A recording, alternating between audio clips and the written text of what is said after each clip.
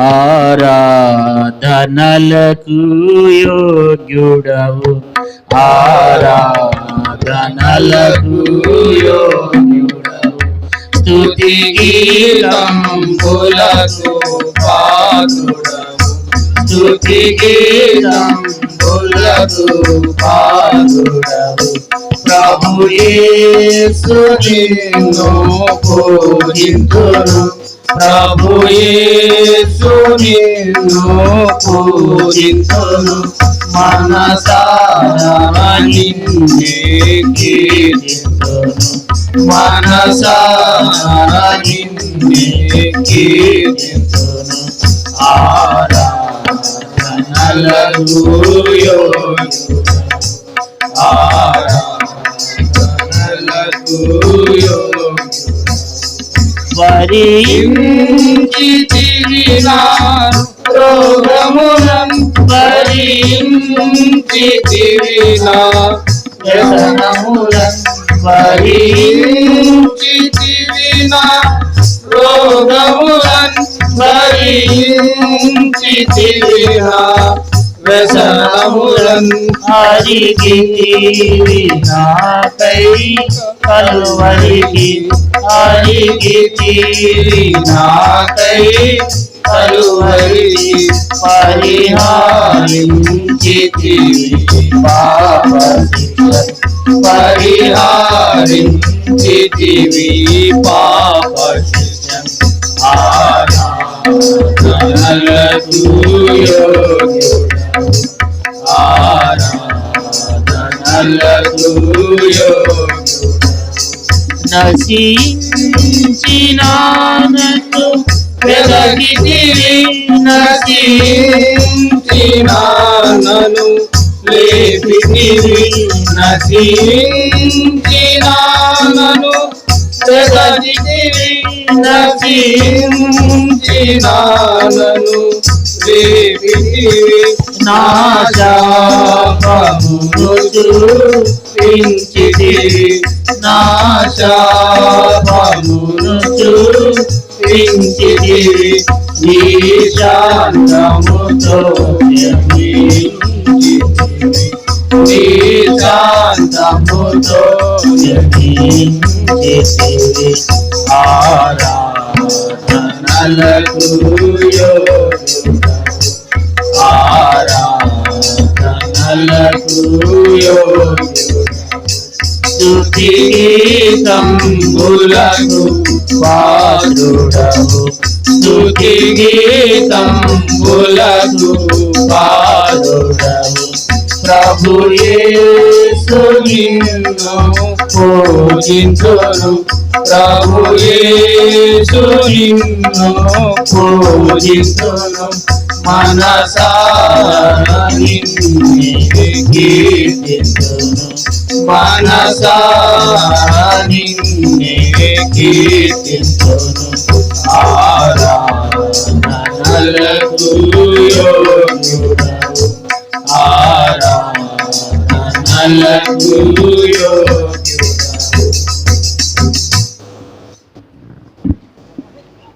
దశలోనికలకు రాసిన మొదటి పత్రిక, మొదటి దశలోనిక 1వ అధ్యాయము 9-10 వచనాల్లో, మీ యొద్ద మాకెట్టి ప్రవేశము కలిగెను, అక్కడి జనులు మమ్మను గురించి తెలియచెప్తున్నారు, అక్కడ జనులు మమ్మను గురించి తెలియచెప్తున్నారు. మరియు మీరు విగ్రహములను విడిచిపెట్టి జీవము గలవాడును సత్యవంతుడునగు దేవునికి దాసులగుటకును, దేవుడు మృతుల్లో నుండి లేపిన యేసు అనగా రాబోవు ఉగ్రత నుండి మనను తప్పించుతున్న ఆయన కుమారుడైన యేసు పరలోకము నుండి వచ్చునని ఎదురు చూచుటకు మీరు ఎలాగూ దేవుని వైపునకు తిరిగితిరో ఆ సంగతి వారే తెలియచెప్తున్నారు. ఇక్కడ మనం చూసినట్లయితే దశలోనికలు ఉన్నటువంటి సంఘం అంట విగ్రహములను విడిచిపెట్టిందంట. ఒకప్పుడు వాళ్ళందరూ ఎవరంటే విగ్రహారాధికులు అన్నమాట. ఒకప్పుడు వారు మరి నిజమైనటువంటి దేవుడు ఎవరో వారికి తెలియదంట. ఒకప్పుడు సత్యవంతుడైన దేవుడు ఎవరో వారికి తెలియదు, జీవం గల దేవుడు ఎవరో వారికి తెలియదు. ఒకప్పుడు ఈ లోక సంబంధమైనటువంటి విగ్రహములను వారు ఆరాధిస్తూ వచ్చినారు. ఒకప్పుడు మరి కనపడిన విగ్రహములన్నిటిని కూడా వారు పూజించారంట. కనపడే విగ్రహములన్నిటినీ మరి ఈయనే నిజమైన దేవుడు అని చెప్పి, చెట్టు కనపడితే చెట్టులో దేవుని చూశారు, పుట్ట కనపడితే పుట్టలో దేవుని చూశారు. ఏది కనపడితే అది వాటిల్లో వాళ్ళు ఏం చేస్తూ వచ్చినారంటే వాళ్ళు దేవుణ్ణి చూస్తూ వచ్చినారు. కానీ నిజమైన దేవుణ్ణి వారు ఎరగని వారై ఉన్నారు. వారు లోక సంబంధమైనటువంటి మరి సృష్టికర్తను విడిచిపెట్టేసి జీవము లేనటువంటి వాటిని ఆరాధిస్తూ వచ్చినారంట. వారు మరి విగ్రహాలని పూజిస్తూ వచ్చినారంట. విగ్రహాలే నిజమైన దేవుడు అని చెప్పి కనపడ్డ విగ్రహములను వారు ఆరాధించి వారు మరి ఆయనే దేవుడు అని చెప్పి కనపరుస్తూ వచ్చినారు. కానీ ఇప్పుడైతే ఏం చేస్తున్నారంట, వారు విగ్రహములను విడిచిపెట్టేసి నిజమైన జీవం గల దేవుని వైపు, సర్వోన్నతునైన దేవుని వైపు వారు తిరిగి ఉన్నారని చెప్పి అపొస్తలుడైన పౌలు ఆ సంఘానికి హెచ్చరిక చేస్తున్నాడు అన్నమాట. కాబట్టి బైబిల్లో కూడా అనేక మంది ఏం చేస్తూ వచ్చినారంటే మరి నిజమైన దేవుణ్ణి ఎరగని వారై, అనేక మంది సత్యవంతుడైన దేవుణ్ణి ఎరగని వారై అనేక మంది ఏం చేస్తూ వచ్చినారంటే విగ్రహములను ఆరాధిస్తూ వచ్చినారు. మన పితరుడైన అబ్రహాం కూడా ఏం చేస్తూ వచ్చినాడంట, విగ్రహములను ఆరాధిస్తూ వచ్చినాడు. ఒకప్పుడు మరి జీవం కలిగిన దేవుని ఆరాధించలేదు, కానీ ఒకప్పుడు ఏం చేశాడంట, సృష్టిని పూజిస్తూ వచ్చినాడంట. దేవుణ్ణి పూజించలేదు కానీ విగ్రహములను ఆరాధిస్తూ వచ్చినాడంట. విగ్రహములే దేవుడని అబ్రహాం ఏం చేస్తూ వచ్చినాడంట, గణపరుస్తూ వచ్చినాడంట. కాబట్టి సత్యవంతుడైనటువంటి దేవుణ్ణి ఎరగని స్థితిలో అబ్రహాం కాడ ఉంటూ వచ్చినాడంట. జీవం కలిగినటువంటి దేవుణ్ణి విడిచిపెట్టేసి వాళ్ళు ఏం చేస్తూ వచ్చినారంటే మరి విగ్రహముల వైపు వాళ్ళు వెళ్ళిపోతూ వచ్చినారు అన్నమాట. ఎందుకంటే బైబిల్లో ఏం రాయబడిందంటే చూడండి, అబ్రహాం కూడా ఏం చేశాడంట, చూడండి యెహోషువ గ్రంథం 24వ అధ్యాయము, యెహోషువ గ్రంథం 24వ అధ్యాయము 2వ వచనం. యెహోషువ జనులందరి తిట్లనెను, ఇశ్రాయేల్ దేవుడైన యెహోవా చెబుతున్నది ఏమనగా, ఆది కాలం నుండి మీ పితరులు అనగా అబ్రహామునకును నాహోరుకును తండ్రి అయిన తెరాహు కుటుంబీకులకును నది ఎఫ్రాటీసు అద్దరిని నివసించి ఇతర దేవతలను పూజించిరి. అయితే నేను నది అద్దరి నుండి మీ పితరుడైన అబ్రహామును తోడుకుని వచ్చి కానాన్ దేశమంతటిని సంచరింపజేసి అతనికిని అతని సంతానమునకు విస్తరింపజేసి అతనికి ఇస్సాకునిచ్చితిని. కాబట్టి విగ్రహములను ఆరాధిస్తూ వచ్చినారంట, విగ్రహములను సేవిస్తూ వచ్చినాడంట. సూర్యదేవునికి చాలామంది ఏం చెప్తారంటే అబ్రహాం ఏం చేసేవాడంట, సూర్యుడే దేవుడు అని చెప్పి సూర్యునికి నమస్కారం చేసేవాడంట. కాబట్టి అబ్రహాం కూడా ఏం చేస్తూ వచ్చినాడంటే ఇతర దేవతలను వెంబడించినాడు, ఇతర దేవతలను పూజించినాడు. కాబట్టి మరి అలాంటప్పుడు దేవుడు ఆ వ్యక్తిని దర్శించి అబ్రహామును దర్శించి అబ్రహామును దేవుడు తోడుకుని వచ్చినాడు, కానాన్ దేశానికి తోడుకుని వచ్చినాడు, పాలు తేనెలు ప్రవహించే దేశానికి దేవుడు తోడుకుని వచ్చినాడంట. అట్లా మన పితరులైనటువంటి వాళ్ళు అనేక మంది ఏం చేస్తూ వచ్చినారంటే విగ్రహాల వైపు వెళ్ళిపోతూ వచ్చినారంట, విగ్రహాలను ఆరాధిస్తూ వచ్చినారంట, విగ్రహములను సేవిస్తూ వచ్చినారంట. వారు ఏం చేయలేకపోతూ వచ్చినారంట, వారు విగ్రహాలను విడిచిపెట్టలేనటువంటి వారై విగ్రహాలను సేవిస్తూ వచ్చినట్లుగా దేవుని వాక్యంలో చూస్తూ ఉన్నాం. అంతేకాదు రోమపత్రిక 1వ అధ్యాయంలో 25వ వచనం చూడండి, ఇక్కడ కూడా వాళ్ళు ఏం చేస్తూ వచ్చినారట. రోమపత్రిక 1వ అధ్యాయము 25వ వచనం, అట్టి వారు దేవుని సత్యమును అసత్యమునకు మార్చి సృష్టికర్తకు ప్రతిగా సృష్టమును పూజించి సేవించిరి. చాలా మనం ఇక్కడ చూసినట్లయితే వారు ఏం చేస్తూ వచ్చినారంట, వారు దేవుని సత్యమును అసత్యమునకు మార్చినారంట. సత్యవంతుణ్ణి అసత్యమునకు మార్చి వాళ్ళు ఏం చేస్తూ వచ్చినారంట, వారు సృష్టికర్తకు ప్రతిగా సృష్టమును పూజించి సేవిస్తూ వచ్చినారంట. కాబట్టి నిజమైన దేవుణ్ణి పక్కన పెట్టేశారంట. కాబట్టి వారు ఏం చేస్తూ వచ్చినారంట, సృష్టికర్త అయిన దేవుణ్ణి విడిచిపెట్టేసి సృష్టిని పూజిస్తూ వచ్చినారంట. చెట్టు కనబడితే చెట్టు, ఏది కనబడితే అది ఆరాధిస్తూ వచ్చినారన్నమాట. నిన్నటి దినాన మరి బంటి మిల్ నుంచి వస్తుంటే 2 తాడి చెట్లు ఉంటాయి జైపురం అవకాడ. జైపురం దాటిన తర్వాత 2 తాడి చెట్లు ఉంటాయి అన్నమాట. రోడ్డు పక్కనే ఉంటాయి. ఆ 2 తాడి చెట్లకి ఏం చేస్తున్నారంటే అదే దేవుడని ఆ 2 తాడి చెట్ల చుట్టూ తిరిగి ఆటికి నమస్కారము చేస్తున్నారు. కాబట్టి దేవుని బిడ్డలైనటువంటి మనము దేవుని ఎరగక్కితం ఏం చేస్తూ వచ్చేవాళ్ళం అంటే ఆ విగ్రహములను మొక్కేవాళ్ళం అన్నమాట. ఆ విగ్రహములను సేవించేవాళ్ళం. కానీ ఇప్పుడు ఎవరిని సేవిస్తున్నారంట వాళ్ళు? మనం దెస్సలోనికీయులకు రాసిన మొదటి పత్రికలో ఆ దెస్సలోనికీలో ఉన్నటువంటి సంఘం వాళ్ళు ఏం చేస్తూ వస్తున్నారంటే ఇప్పుడు వాళ్ళు దేవుణ్ణి సేవిస్తున్నారంట, దేవుణ్ణి ఆరాధిస్తున్నారంట. ఇప్పుడు వాళ్ళు ఏం చేశారంట చూడండి, 1వ అధ్యాయము మొదటి దెస్సలోనిక 1వ అధ్యాయం 10వ వచనంలో ఏం రాయబడిందంటే మీరు విగ్రహములను విడిచిపెట్టి, అక్కడ ఏముందంటే మీరు విగ్రహములను విడిచిపెట్టి కదా. ఇప్పుడు విగ్రహములను విడిచిపెట్టి వాళ్ళు ఏం చేస్తూ వచ్చినారంట జీవము గలవాడును సత్యవంతుడినకు దేవునికి ఏమయ్యారంట దాసులయ్యారంట. అంతకుముందు ఏమైపోయినారు వాళ్ళు? అంతకుముందు వాళ్ళు విగ్రహములను మరి లోక సంబంధమైనటువంటి వాటికి వాళ్ళు దాసులైపోతూ వచ్చినారు.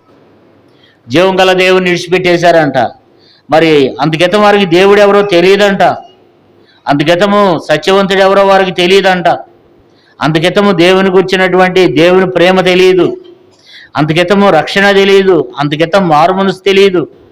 అందుకెతము వారు మరి నిత్య నాశనానికి దగ్గర అయినటువంటి వారిని ప్రభు ఏం చేస్తూ వచ్చినాడంటే రక్షించుకుంటూ వచ్చినాడంట. ఆ 10వ వచనం చివరి వైపులో ఏం రాయబడిందంటే చివరిలో మీరు ఎలాగూ దేవుని వైపునకు తిరిగిద్దిరో అన్నాడు. అంటే వారు విగ్రహాలను విడిచిపెట్టి ఏం చేస్తూ వచ్చినారంట దేవుని వైపు తిరిగినారంట. దేవుని వైపు వారు తిరిగి దేవుని ఆరాధిస్తూ వచ్చినారంట కదా. కాబట్టి మనం కూడా పూర్వకాలంలో ఎలా జీవిస్తూ వచ్చినామంటే విగ్రహములను ఆరాధిస్తూ వచ్చినాం, విగ్రహములను సేవిస్తూ వచ్చినటువంటి వారం అన్నమాట. ఏముందో చూడండి, రోమా పత్రిక గలతీలకు రాసిన పత్రిక చూడండి,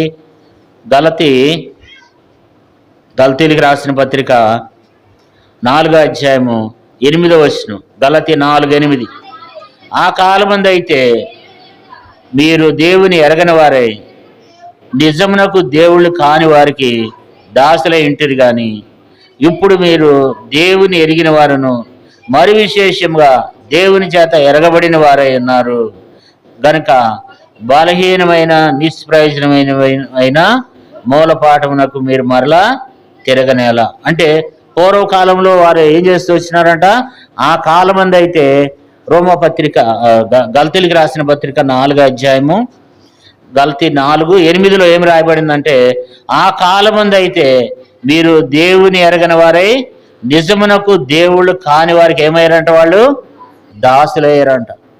నిజమునకు దేవుళ్ళు కాని వాటికి దాసులైనారంట.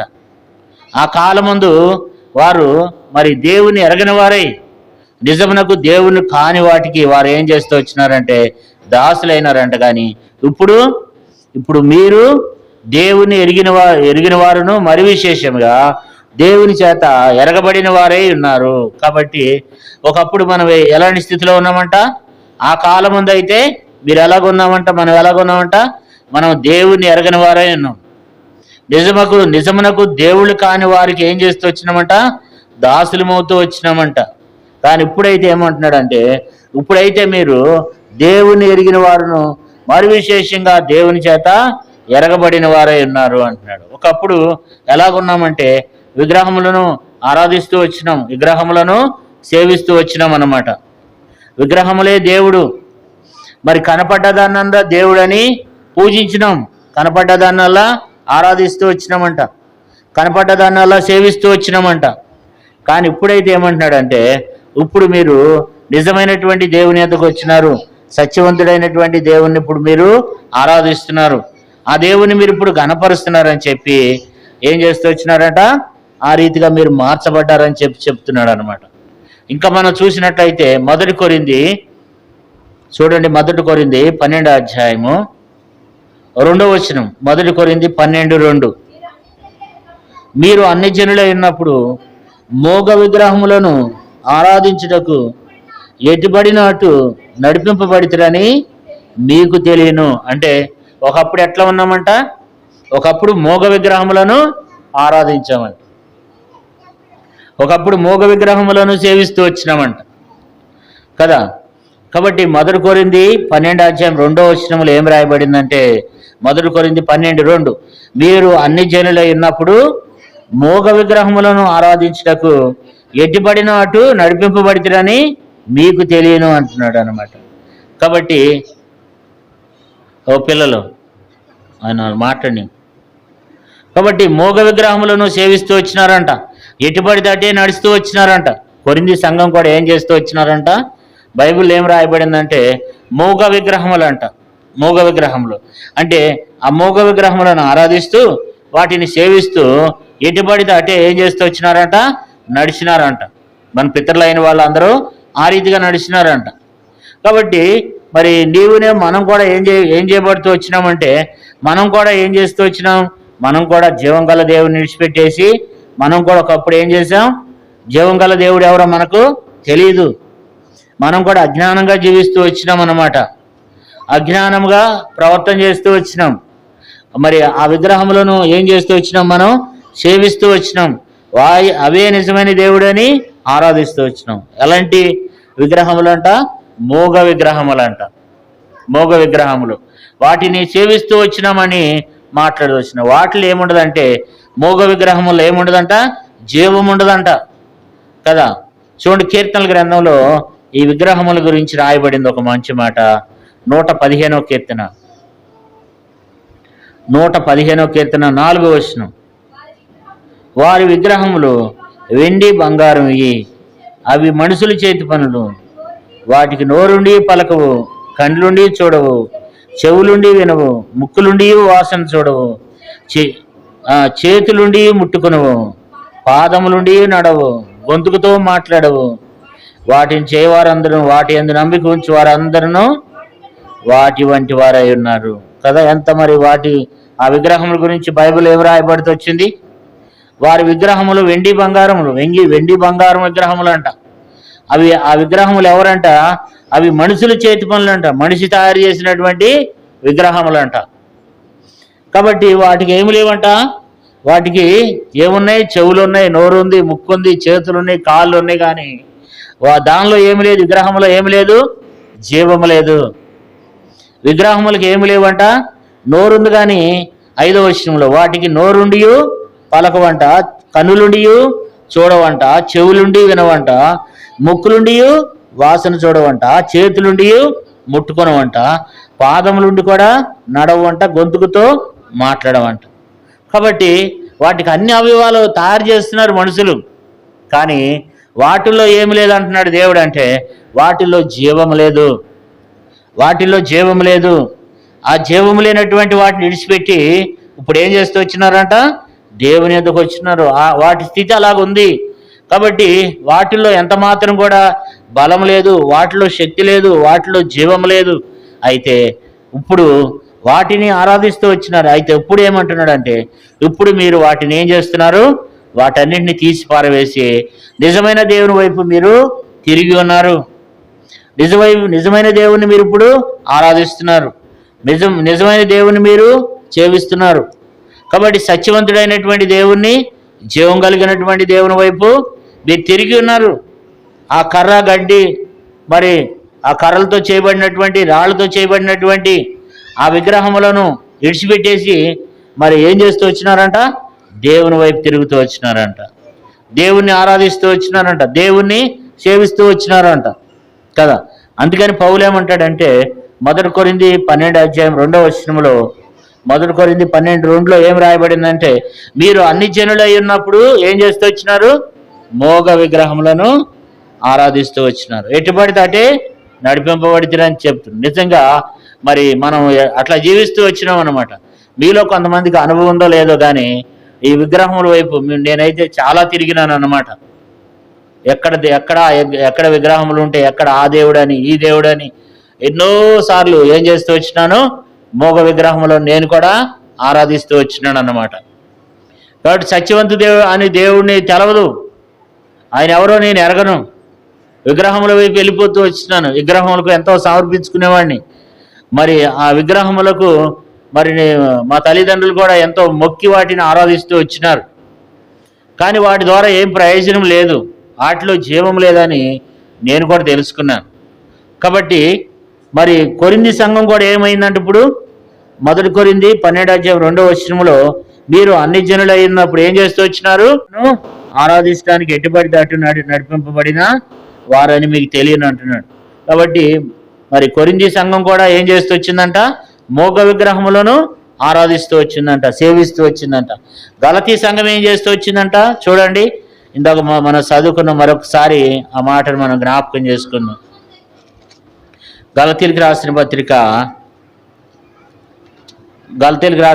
4:8 ఆ కాలమందు అయితే మీరు దేవుని ఎరగని వారే నిజమునకు దేవుళ్ళు కాని వారికి దాసులైంటిరు, కానీ ఇప్పుడు మీరు దేవుని ఎరిగిన వారును మరి విశేషముగా దేవుని చేత ఎరగబడిన వారై ఉన్నారు అంటున్నాడు. కాబట్టి ఒకప్పుడు ఎలా ఉన్నారంట?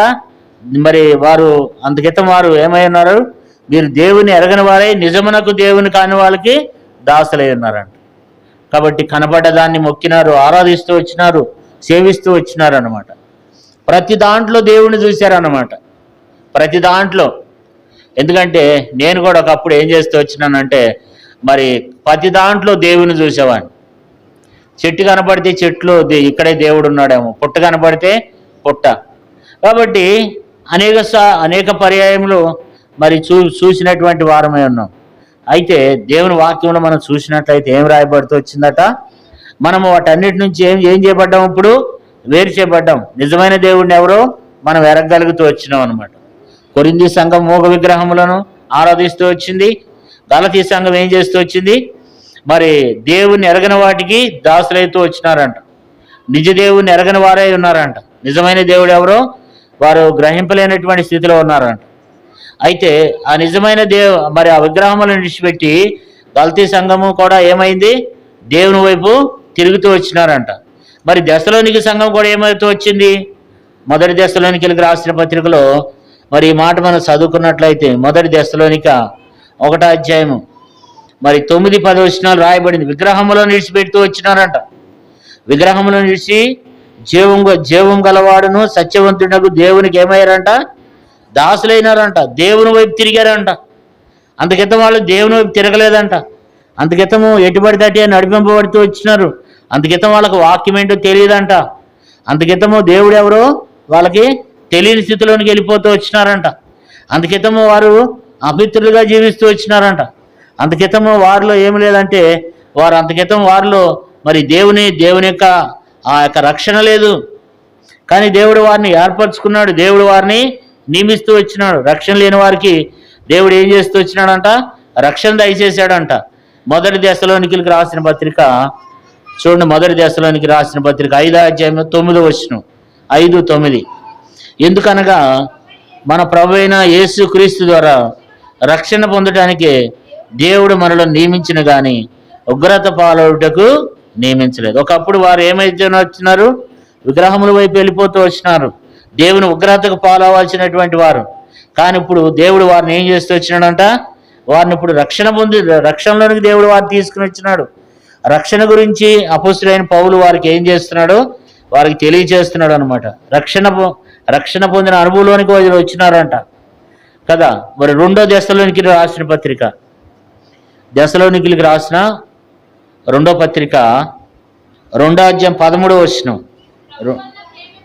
ప్రభు వలన ప్రేమింపబడిన సహోదరులారా, ఆత్మ మిమ్మల్ని పరిశుద్ధపరచుట వలనను మీరు సత్యని నమ్ముట వలనను రక్షణ పొందుటకు దేవుడు ఆదరించి మిమ్మల్ని ఏర్పరచుకున్నాడు కనుక మేము మిమ్మల్ని బట్టి ఎల్లప్పుడూ దేవునికి కృతజ్ఞతాస్తుతులు చెల్లింపబద్ధులమై ఉన్నాం అంటున్నాడు. అంటే మరి ఈ యొక్క దెస్సలోనిక సంఘం ఎట్లా అయిపోయిందంట?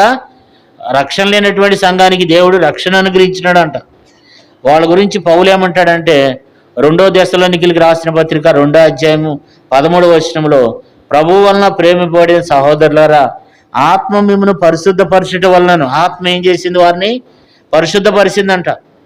కాబట్టి మీరు ఇప్పుడు సత్యమును నమ్ముట వలనను రక్షణ పొందడానికి దేవుడు ఆది నుంచి మిమ్మల్ని ఏర్పరచుకున్నాడు అంటున్నాడు. కాబట్టి దేవుడు ఆది నుండి వారిని దేవుడు ఏర్పరచుకున్నాడు అనమాట. మరి వారిని ప్రథమ ఫలముగా మూడేసి ఉంది అక్కడ, 13లో మూడేసి ఉంది అక్కడ. అక్కడ అంటే కింద ఫుడ్ నోట్లు ఏముందంటే ప్రథమ ఫలముగా దేవుడు వారిని ఏర్పరచుకున్నాడు అంట కదా. కాబట్టి నిన్ను నన్ను మనలను కూడా దేవుడు ఏం చేస్తూ వచ్చినాడంటే ప్రథమ ఫలముగా దేవుడు ఏర్పరచుకున్నాడు. సాతాను నుంచి మనల్ని తప్పిస్తూ వచ్చినాడు. దేవుడు దుష్టత్వం నుండి దేవుడు మనల్ని కాపాడుతూ వచ్చినాడంట. ఆ సంఘాన్ని దేవుడు ఏం చేస్తూ వచ్చినాడంటే దుష్టత్వం నుండి దేవుడు వారిని కాపాడుతూ వచ్చినాడంట. చూడండి 3వ అధ్యాయము 2వ దశలోనిక 3వ అధ్యాయం 3వ వచనం. అయితే ప్రభు నమ్మదగిన వాడు, ఆయన మిమ్మల్ని స్థిరపరిచి దుష్టత్వము నుండి కాపాడును. అంటే దేవుడు ఆ సంఘాన్ని దుష్టత్వము నుండి దేవుడు కాపాడుతూ వచ్చినాడు. సాతాను నుంచి వారిని కాపాడుతూ వచ్చినాడు. అక్కడ కింద మూడేసి ఉంది, దుష్టుడి నుంచి అని రాయబడింది. దేవుడు ఆ సంఘాన్ని ఏం చేశాడు? దుష్టు నుంచి దేవుడు ఆ సంఘాన్ని కాపాడుతూ వచ్చినాడు అనమాట. కాబట్టి ఇప్పుడు ఈ దశలోనికలో ఉన్నటువంటి సంఘము ఇప్పుడు వాళ్ళు ఏం చేస్తూ వచ్చినారంట? మరి మొదటి దశలోనిక 1వ అధ్యాయము 10వ వచనంలో విగ్రహములను విడిచిపెట్టి దేవుని వైపు తిరుగుతూ వచ్చినారంట. ఆ 10వ వచనంలో చివరి లైన్లో ఏముందంటే దేవుని వైపునకు తిరిగినట్లుగా వాక్యం రాయబడింది. అంటే వారు నిజమైన దేవుని వైపు తిరిగినారు అనమాట. దేవుని వైపుకి వారు తిరుగుతూ వచ్చినారు. కాబట్టి వారు దేవుని వైపుకి సంపూర్ణంగా తిరిగి రక్షణ పొందినారు. రక్షణ పొందినటువంటి సంఘము మరి జీవం కలిగిన దేవుని ఎరిగిన సంఘము. కాబట్టి ఈ సంఘాన్ని దేవుడు మరి ఏర్పరచుకున్నట్లుగా, ఈ సంఘాన్ని దేవుడు రక్షించుకున్నట్లుగా దేవుని వాక్యం రాయబడింది. ఈ సంఘాన్ని దేవుడు దుష్టత్వం నుండి దేవుడు కాపాడినట్లుగా మరి దుష్టుడి నుంచి ఈ సంఘాన్ని దేవుడు కాపాడినాడని ఈ వాక్యంలో మనం చూస్తున్నాం. కాబట్టి మరి నిన్ను నన్ను మనలను కూడా దేవుడు లోకముల నుండి, పాపముల నుండి, విగ్రహముల నుండి, దుష్టత్వం నుండి దేవుడు మనలను ఏం చేశాడంటే మనలను కూడా కాపాడి రక్షించుకున్నాడు అనమాట. మనలను కూడా దేవుడు ఏర్పరచుకున్నాడు. మనల్ని కూడా దేవుడు ఎన్నిక చేసుకున్నాడు. ఒకప్పుడు మనం కూడా అయోగ్య దాసులం, ఒకప్పుడు మనము లోకానికి దాసులం. ఇప్పుడు మనం ఎవరికి దాసులం అంటే మనం క్రీస్తుకు దాసులం. ఇప్పుడు మనం ఏమైపోతూ వచ్చినామంట? ఆ సంఘం కూడా ఏమైంది? ఇప్పుడు మరి దశలోనికి సంఘం ఏమైందంట? మొదటి దశలోనికి రాసిన పత్రిక 1వ అధ్యాయము 10వ వచనములో వారి గురించి ఏం రాయబడిందంటే మరియు విగ్రహములను విడిచిపెట్టి జీవం గలవాడును సత్యవంతునకు దేవునికి దాసులగుటకును. అంటే వారు ఏమైతూ వచ్చినారంటే దేవునికి వాళ్ళు దాసులవుతూ వచ్చినారంట. దేవుని బిడ్డలారా, మరి వారు దేవునికి దాసులవుతూ వచ్చినారు. సత్యవంతుడైన దేవుణ్ణి వారు సేవిస్తూ వచ్చినారు. నిజమైన దేవుని వారు సేవిస్తూ వచ్చినారు. మరి నీవునే మనం కూడా మరి నిజమైన దేవుణ్ణి మనం సేవిస్తున్నాం. మనం ఆరాధించాలి. ప్రభా, ఒకప్పుడు మేము కూడా లోకంలో, పాపంలో, అంధకారంలో, విగ్రహారాధనలో మేము కూడా ఎటుబడి తట్టి నడిచినటువంటి వారం. ఒకప్పుడు మేము విగ్రహారాధన చేసిన వారం. ఒకప్పుడు సాతాన్ని మరి దుష్టుడిని ఆరాధించినటువంటి వారం.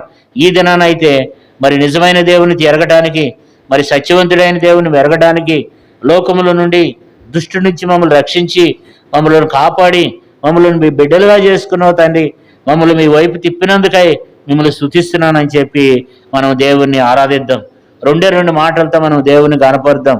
ప్రభు, ఒకప్పుడు విగ్రహారాధనలో ఉన్నాను, ఒకప్పుడు లోకంలో ఉన్నాను, ఒకప్పుడు పాపంలో ఉన్నాను, ఒకప్పుడు నిజ దేవుని ఎరగని వాడినై ఉన్నాను.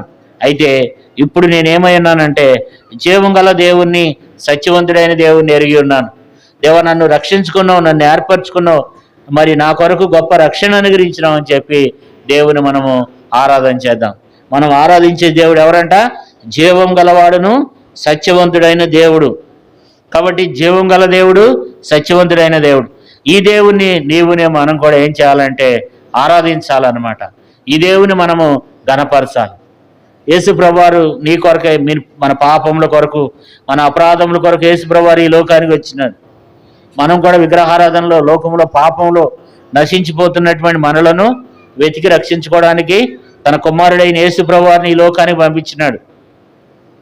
ఆయన నీ కొరకే, నా కొరకే 33.5 సంవత్సరాలు ఈ భూమి మీద జీవించి మనందరి కొరకు ప్రాణం పెట్టి లోకంలో, పాపంలో ఉన్న మనలను వెతికి రక్షించుకున్నాడు. విగ్రహములను నడిపించినాడు. మన కొరకు ఆయన బలైపోతూ వచ్చినాడు.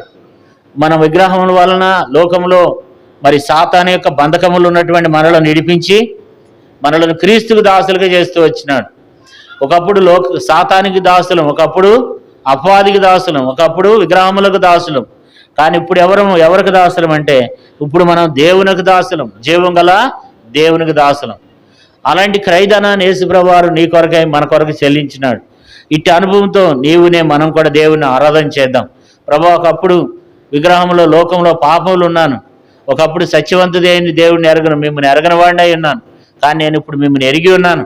మిమ్మల్ని ఆరాధించడానికి, మిమ్మల్ని స్తుతించడానికి నువ్వు నాకు ఇచ్చినటువంటి గొప్ప రక్షణ బట్టి అని చెప్పి దేవుని మనము ఆరాధన చేద్దాం. దేవా, నువ్వు నాకు ఇచ్చినటువంటి రక్షణ బట్టి మిమ్మల్ని స్తుతిస్తూ ఉన్నాను. ఈ సంఘాన్ని కూడా దేవుడు ఎక్కడి నుంచి ఏర్పరచుకున్నాడంట? ఆది నుండి దేవుడు ఏర్పరచుకున్నాడంట. ఆది నుండి చూడండి, 2 దశలోనికలకు రాసిన పత్రిక 2వ అధ్యాయము 13వ వచనం. ప్రభు వలన ప్రేమింపబడిన సహోదరులారా, ఆత్మ మిమ్మల్ని పరిశుద్ధపరచడం వలనను మీరు సత్యవంతులను ఎరుగుట వలనను రక్షణ పొందుటకు దేవుడు ఆది నుండి మిమ్మల్ని ఏర్పరచుకున్నాడు. దేవుడు ఆది నుండి మనల్ని ఏర్పరచుకున్నాడు. ఆదిలోనే ఎన్నిక చేసుకున్నాడు అనమాట. ఆదిలో దేవుడు ఎన్నిక చేసుకుని మనల్ని రక్షించుకున్నాడు. కాబట్టి ఇట్టి అనుభవంతో మనము దేవుడిచ్చిన గొప్ప రక్షణ అనుభవంతో మనము దేవుణ్ణి ఆరాధించి దేవుని మనము స్తుతి